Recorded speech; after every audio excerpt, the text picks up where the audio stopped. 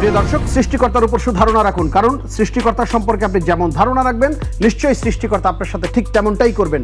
আলহামদুলিল্লাহ, আলহামদুলিল্লাহ, আলহামদুলিল্লাহ। সেই সৃষ্টিকর্তার উপর লক্ষ্য করে শুকরিয়া আদায় করে 10 মিনিটস উইথ ইমরান অনুষ্ঠানে বরাবরের মতো স্বাগত জানাচ্ছি আমি ইমরান চৌধুরী। একজন এগিয়ে যাওয়া ব্যক্তির জীবনের গল্প সত্যি চমকপ্রদ। কঠোর দায়িত্ব পালনের মধ্য দিয়ে একজন কর্মঠ ব্যক্তিত্ব নিজেকে শুরু থেকে শীর্ষে নিয়ে যেতে সক্ষম হন। তাদের সফলতার প্রতিটি স্তর, প্রতিটি চ্যালেঞ্জ যেন রূপকথার গল্পের মতো। সততার মোড়কে একজন সফল ব্যক্তি হতে পারেন সম্মানীয়, অনুকরণীয়। এর মধ্য থেকেই নিজেকে গড়ে তুলতে পারেন একজন নেতৃত্ব প্রদানকারী ব্যক্তিত্ব হিসেবে। প্রিয় দর্শক, আপনারা জানেন অনুষ্ঠানের প্রতিটি পর্বে একজন স্বপ্নবান, দেশপ্রেমী, উদ্বুদ্ধ ব্যক্তিত্বের সাক্ষাৎকার গ্রহণ করা হয়। চলুন দর্শক, দেখে আসি আজকের অতিথির সাক্ষাৎকারটি।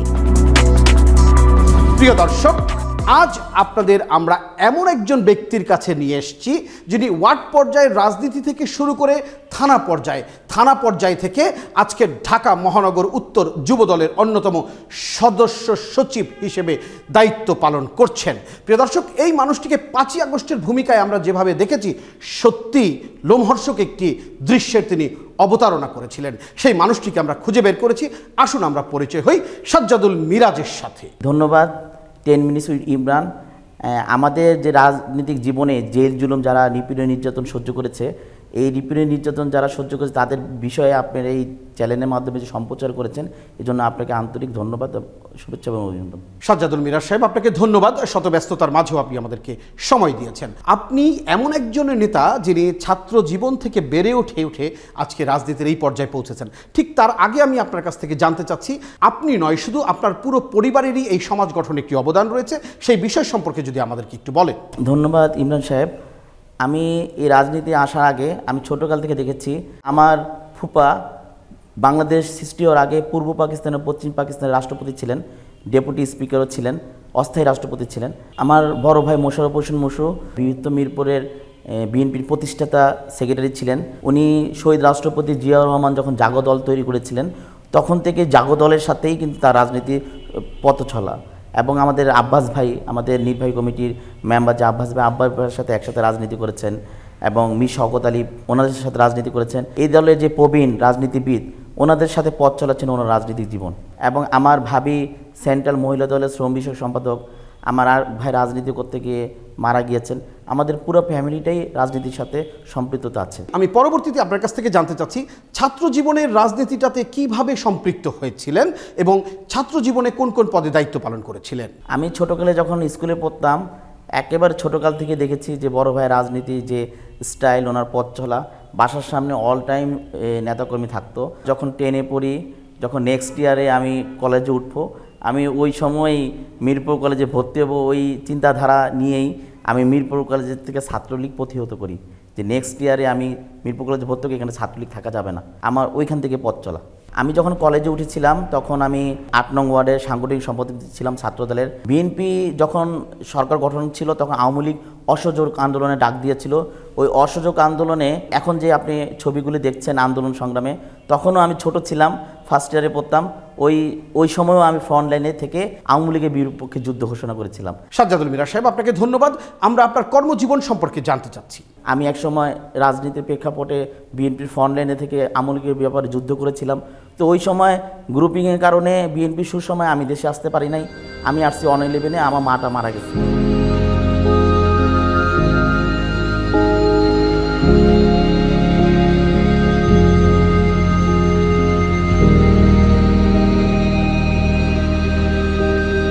আমার একটি ভাই মারা গেছে, মা মারা গিয়েছে।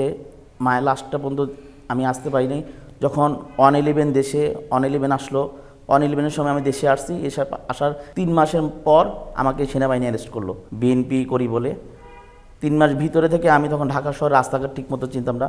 9 বছর পর দেশে আসা, তখন থেকে এই 2024 পর্যন্ত রাজনীতির পথে চলা আমার 250-এর উপরে আমার মামলা। আপনারা দেখেছেন যে বিএনপি আন্দোলন সংগ্রাম যখনই ডাক দিয়েছে, আমি ফ্রন্ট লাইন থেকেই নিজের কথা চিন্তা না করে, নিজের ওয়াইফের কথা চিন্তা না করে, বাচ্চা কাচ্চার কথা চিন্তা না করে আমি ফ্রন্টলাইন থেকে চেয়েছি যে এই দেশটা স্বৈরাচার মুক্ত হোক, গণতন্ত্র মুক্ত পাক এবং মানুষের যে ভোটাধিকার প্রতিষ্ঠার জন্য আমরা যে লড়াই করে যাচ্ছি বিএনপির ভারপ্রাপ্ত চেয়ারম্যানের নির্দেশে, এটার জন্য আমরা বাস্তবায়ন করতে পারি, সফল করতে পারি, এই আশাটা আমার মনে ছিল সবসময়। ভারপ্রাপ্ত চেয়ারম্যান নির্দেশনা দিয়েছে আমার রাজপথে থাকতে হবে।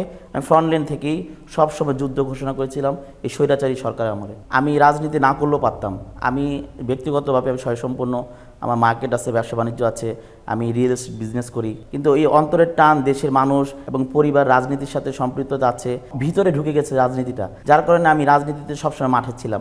সাজ্জাদুল মিরাজ সাহেব, এই গত 15.5 বছর আপনার কেমন কেটেছে? এই 16 বছর যে পরিমাণ নিপীড়ন নির্যাতন আমলিক করেছে, এই এলাকা আমার জন্ম, এই বাসায় আমার জন্ম, আমি এই এলাকায় 16 বছর আসতে পারি নাই। পরিবার পরিজনের সাথে এই 16 বছর আমার ঠিকমতো যোগাযোগ হয়নি। আমারকে না পেয়ে আমার ভাইকে নিয়ে গিয়েছে, আমার ভাইস্তাকে নিয়ে গেছে, 6 দিন গুম করে রেখেছিল আমাকে ধরিয়ে দেওয়ার জন্য। আমার ওয়াইফকে হ্যারাস করেছে।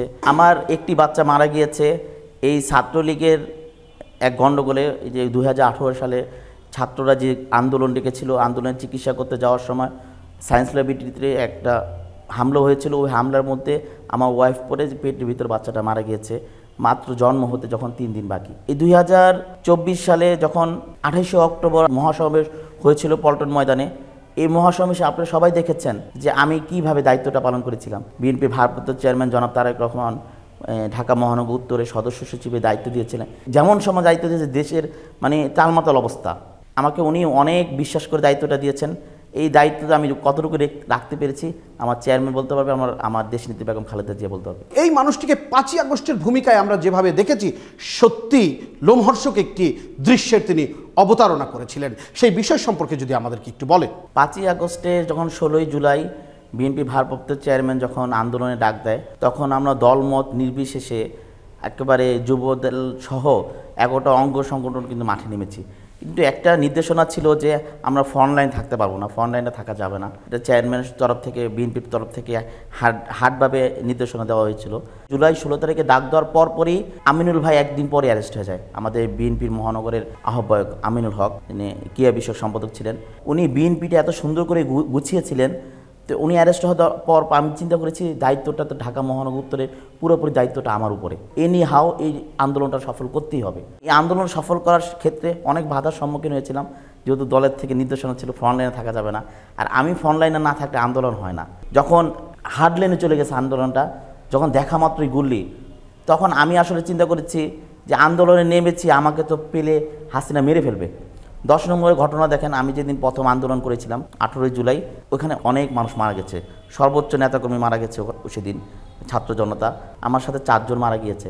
তা আমি চিন্তা করেছি হাসিনা ঠিক আছে, তা আমাকে তো রক্ষা করবে না, আমাকে মেরে ফেলবে। সবার আগে এই মেট্রো রেল যে ভাঙচুর হলো, অগ্নিকাণ্ড হলো, তখন হাসিনা পরিদর্শন করতে এসে আপনারা দেখেছেন যে অভিনয়ে কান্না কেটেছে, সারা বাংলাদেশের মানুষ দেখেছে। এবং মেট্রো রেল ভাঙ্গা পরিদর্শন করতে এসে সে কিন্তু বলেছে যে মহানগর উত্তর যুবদলের সদস্য সচিব এই সাজ্জাদুল মিরাজের নেতৃত্বে এই আন্দোলন, আজকে ছাত্র জনতা আন্দোলন করতেছে। আমি চিন্তা করেছি আমি তো বাঁচবো না, হাসিনা টর্চারে মরাচ্ছে, আমার এই দলের জন্য, দেশের জন্য, জাতির জন্য রাজপথে মরলে আমি বরং পুরস্কৃত হবো সারা বাংলাদেশে। 18 তারিখে 4 জন মারা গেছে, 19 তারিখে 3 জন মারা গেছে। লাস্ট যে আন্দোলন 4 তারিখ, যে আন্দোলনের মাধ্যমে এই স্বৈরাচারী সরকারের পতন হয়েছে, লাস্ট 5 তারিখ আগের দিন, সেই দিন আমি আন্দোলন করার সময় একেবারে সকাল 10টা থেকে আমি 10 নম্বরে আইডিয়াল স্কুলের পাশে একটা মসজিদ ছিল, আমি মাইকে অ্যানাউন্স করে সবাইকে এক করে সকাল থেকে বিকাল পর্যন্ত এটা স্বাধীন করতে সময় লেগে গেছে আমার সাথে যারা মারা গেছে লাশ আমি সাথে সাথে হাসপাতালে পাঠিয়ে দিচ্ছি, যারা গুলিবিদ্ধ হয়েছে তাদের ভিতরে অনেকে মারা গেছে, আমি হাসপাতালে পাঠিয়ে দিচ্ছি, কুর্মিটোলা হাসপাতালে। বিকালে গুলি করে না, সন্ধ্যার দিকে হেলিকপ্টার দিয়ে গুলি করে। তা আমরা ওই হেলিকপ্টার দিয়ে যখন গুলি করে তখন সন্ধ্যার দিকে আমরা মেট্রো রেলের নিচে চলে আসতাম, যে হেলিকপ্টার দিয়ে স্নাইপার আমাদেরকে টার্গেট করতে না পারে। কি একটা যুদ্ধের মধ্যে ছিলাম, আমি বলে ভাষা প্রকাশ করা যাবে না, বুঝছেন। আমাদের দেশনেত্রী বেগম খালেদা জিয়া এবং বিএনপির ভারপ্রাপ্ত চেয়ারম্যান জনাব তারেক রহমান, উনি আমাকে যেখানে কাজ করার সুযোগ করে দিবেন আমি সেখানেই কাজ করব। কারণ গত 16টি বছর দায়িত্ব পাওয়ার আগে একেবারে 111 থেকে শুরু করে আমার এই মহানগরের এবং থানার সভাপতি হওয়া পর্যন্ত আমি দীর্ঘদিন রাজনৈতিক পরিচয়বিহীন ছিলাম। পরিচয়বিহীন থাকা সত্ত্বেও কিন্তু দলের সাথে কাজ করে গিয়েছি। আমি চিন্তা করিনি আমার পরিচয় নিয়ে কাজ করতে হবে। আমি দলকে ভালোবাসি, জাতিকে ভালোবাসি, দেশের মানুষকে ভালোবাসি। আমাকে বিএনপি ভারপ্রাপ্ত চেয়ারম্যান জনাব তারেক রহমান এবং দেশনেত্রী বেগম খালেদা জিয়া আমাকে যেখানে রাখবেন বা আমাকে কোনো পোস্টবিহীন রাখেন, আমি সেখানে থাকতে রাজি। প্রিয় দর্শক, এতক্ষণ আমার যে ইন্টারভিউ আপনারা দেখলেন এবং দেখবেন, যার জন্য সকলকে আন্তরিক শুভেচ্ছা এবং অভিনন্দন।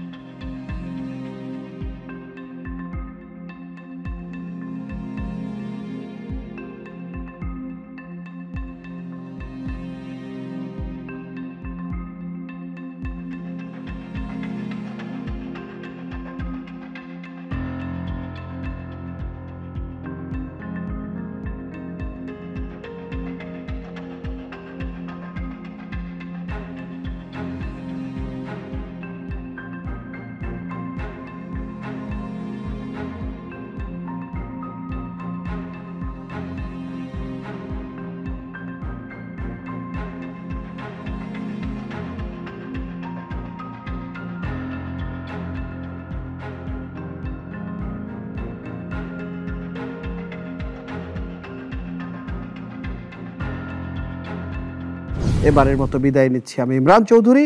পরবর্তীতে দেখা হবে নতুন কোনো স্থানে নতুন কোনো অতিথির সাথে। ততক্ষণ ভালো থাকুন, সুস্থ থাকুন।